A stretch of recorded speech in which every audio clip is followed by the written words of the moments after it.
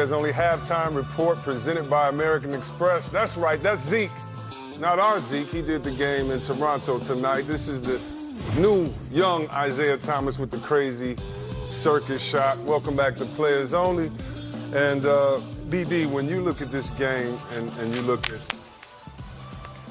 Denver Nuggets, do they have a point guard, or is it basically, I mean, because first of all, let's look at the American Express teammates, and you see what Jokic did, Will Barton and Isaiah Thomas coming in scoring, but you have Jamal Murray, you have Beasley, you have Gary Harris, you have Isaiah Thomas. I mean, who is the point guard on this team? Is it one? Do they do it by committee? What do you like about the guard crew here? The one thing I like about the Denver guard crew is, they're all scorers, so they're all aggressive. They can get plays, they can make plays for themselves.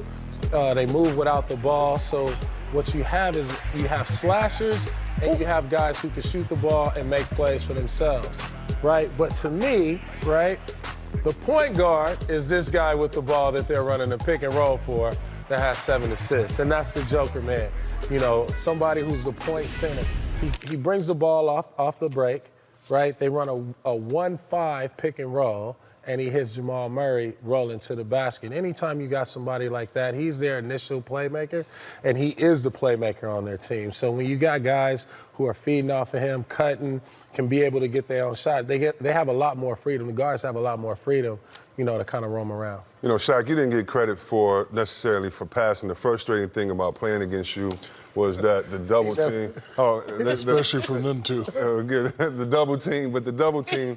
You would wait and you would see your path, you would see the cut men and you would hit them. And it made it tougher for us to double team you because we had to pick our poison, to open layup for somebody or you shoot. And Joker doesn't necessarily have to get a draw double team like you did, but he does make his teammates better with his passing, as BD just explained. He does. My second year in the league, they told me you got to make your teammates better. I didn't know what that meant until one day I figured out. And the Joker's doing that now. He's a guy, roll the tape. He's a guy that you really, really have to respect in the paint. Of course, you're not going to double him, but, when he put it down, the defense has to draw. And when they draw, how do you make your teammates better? Kick it to him. You got a guy right there for the wide-open shot.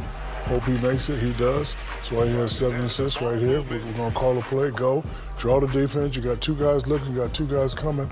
Right there, Paul Millsap, wide open. And that's what he does the best. He picks and rolls. He has the ability to score. But again, if you double, triple, he sees them. And right there, great pass and easy. A lot of teams are going to win by shooting threes, but they're going to beat people by getting a high percentage shot from getting easy passes from the Joker.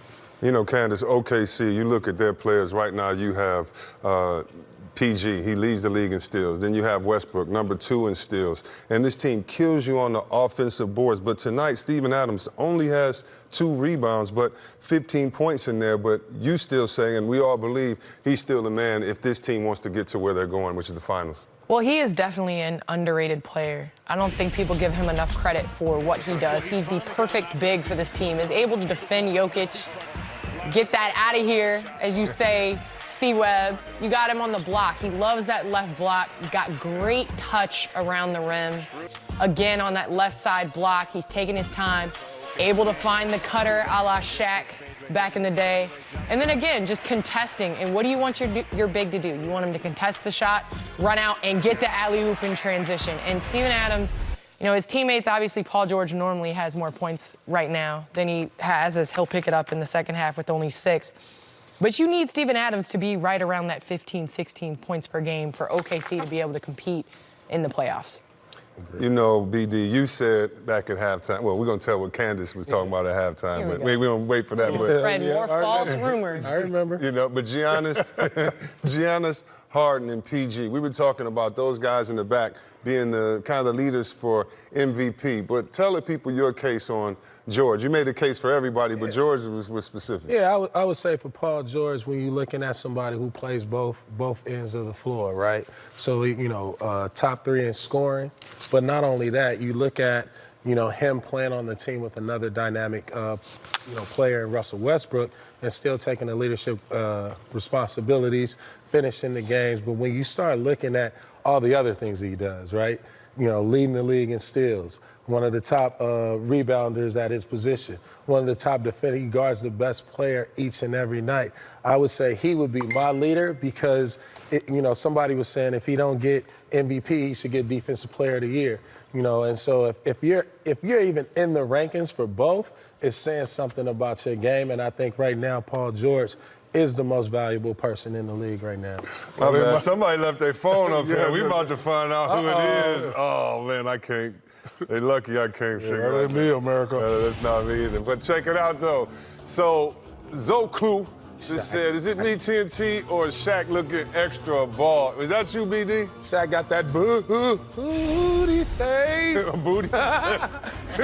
Like a baby booty.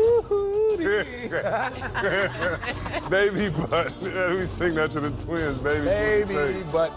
Baby Shark and baby booty face Shaq. Baby Shaq booty. He's the big baby booty face. Yeah, baby.